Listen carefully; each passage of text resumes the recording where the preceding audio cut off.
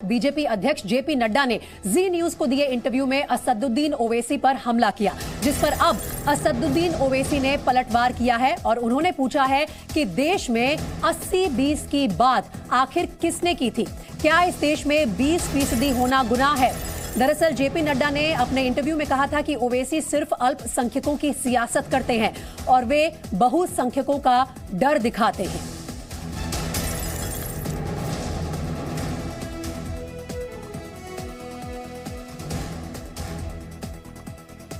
तो चलिए आपको यह भी सुना देते हैं कि जी न्यूज पर जेपी नड्डा ने क्या कहा था, जिसका जवाब अब असदुद्दीन ओवैसी ने दिया है। प्रधानमंत्री के नाम से स्कीम है मिनिस्ट्री ऑफ माइनॉरिटी वेलफेयर में, जिसको एमएसडीपी का प्रोग्राम कहा जाता है। उत्तर प्रदेश में आपने मुस्लिम कंसंट्रेशन डिस्ट्रिक्ट्स में, ताल्लुकात में, जहां पर जो पैसे दिए गए हैं, कितना पैसा खर्चा हुआ है।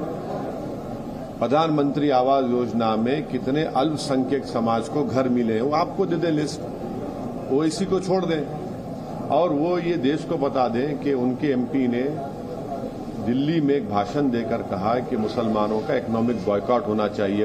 उसके ऊपर अभी तक केस नहीं बुक हुआ। क्यों नहीं बुक हुआ केस? लेकिन सुनिए, केस नहीं बुक हुआ उनके ऊपर, इसीलिए सुप्रीम कोर्ट को ये कहना पड़ा कि सो मोटो एक्शन लो। सवाल असदुद्दीन ओवैसी नहीं है, सवाल देश का है। आप 80-20 की आप बात किसने की? आपका मुख्यमंत्री ने की। तो क्या आप 20 होना कोई गुनाह है इस देश में? ये तो भाजपा को बताना चाहिए। 20 होना कोई गुनाह है क्या? कोई गुनाह नहीं, कोई गुनाह तो नहीं है ना। मैं तो एक देश का इज्जतदार शहरी हूं। उनकी पार्टी जो है AIM, जो मुस्लिम मजलिस की पार्टी है, वो तो बनी ही माइनॉरिटी मुस्लिम की चिंता करने की पार्टी है। तो इसलिए उनको मुस्लिम इश्यूज को रेज करना, ये उसकी पार्टी का मैनिफेस्टो ही है ना। तो वो तो इस तरीके से करेंगे। उसको कंसोलिडेट कैसे करेंगे? जब वो मेजॉरिटी का डर दिखाएंगे।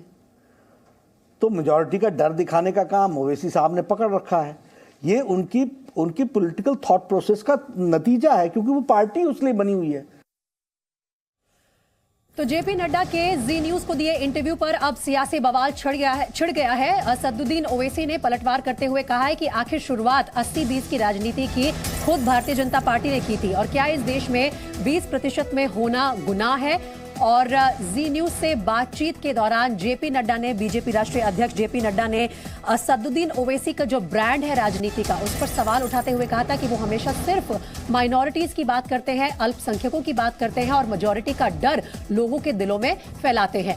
जिस पर आज असदुद्दीन ओवैसी ने पलटवार किया है और सवाल किया है जेपी नड्डा से कि क्या इस देश में 20% में होना गुनाह है और आखिर 80-20 की राजनीति की शुरुआत की किसने थी।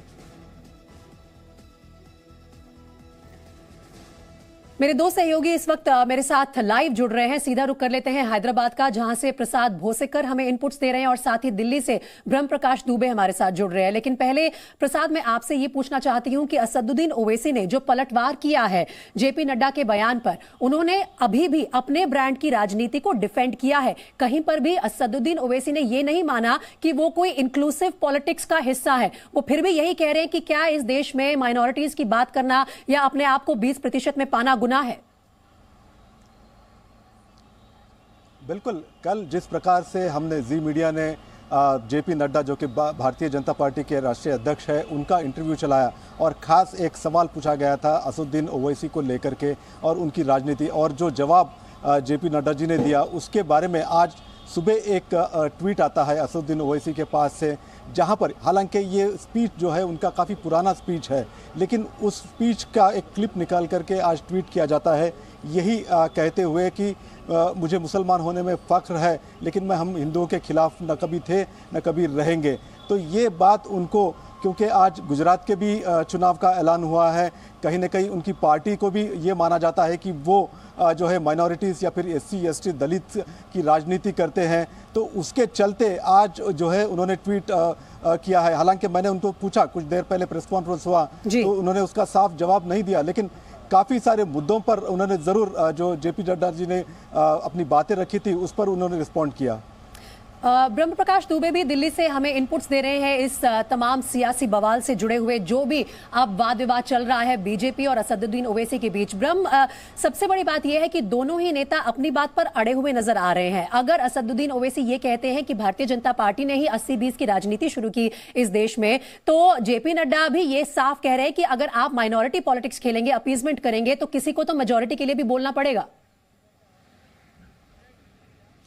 बिल्कुल, देखिए प्रीति, जिस तरह से उत्तर प्रदेश में विधानसभा चुनाव हुए थे और 80-20 का जो है दाव बीजेपी की तरफ से खेला गया था, योगी आदित्यनाथ की तरफ से इस तरह का बयान आया था, वही बात ओवैसी कह रहे हैं कि ये बात तो बीजेपी के मुख्यमंत्री की तरफ से ही आई थी और 80-20 की बात उन्होंने नहीं की। लेकिन देखिए, देश में जिस भी पॉलिटिकल पार्टी को अपना ज़्यादा फैलाव करना है तो उसको कहीं ना कहीं एक पर्टिकुलर वोट बैंक से हट के एक ब्रॉड रास्ता अपनाना होगा। मुझे लगता है कि गुजरात विधानसभा को देखते हुए शायद ओवैसी इसीलिए वो बात कर रहे हैं, वो कह रहे हैं कि उन्होंने कभी हिंदू विरोध की बात नहीं की है, जबकि खुद ओवैसी के बयान देख लीजिए, ओवैसी के भाई के बयान देख लीजिए, जो हैदराबाद से विधायक हैं, वो लगातार टारगेट करते रहे हैं, खासतौर से एक बड़े तबके को, एक कम्युनिटी को। उनके उस बयान को याद कीजिए प्रीति, जिसमें उनके भाई ने कहा था कि कुछ देर के लिए पुलिस हटाइए, फिर देखिए कि वो क्या करते हैं। तो कहीं ना कहीं दोनों की राजनीति बयानों पर, कट्टरपंथी बयानों पर चलती रही है, लेकिन ओवैसी को लगता है कि गुजरात विधानसभा चुनाव में अब उनके पास खोने को कुछ नहीं है, और अगर उनके बयानों से इस तरह से वो बात करते हैं, कुछ वोट बैंक हासिल करते हैं, तो उससे उनका ही भला है। लिहाजा ये राजनीति शुरू हो गई है। बीजेपी को तो हमेशा जहां लगता है कि जहां पोलराइज कर सकते हैं, उस तरह के बयान आने शुरू हो जाते हैं। हालांकि गुजरात में अभी बढ़ेगा, जैसा कि आप दोनों कह रहे हैं ब्रह्म और प्रसाद, क्योंकि गुजरात चुनाव की भी तारीखों का ऐलान हो गया है, तो कोई भी पार्टी पीछे नहीं हटने वाली है।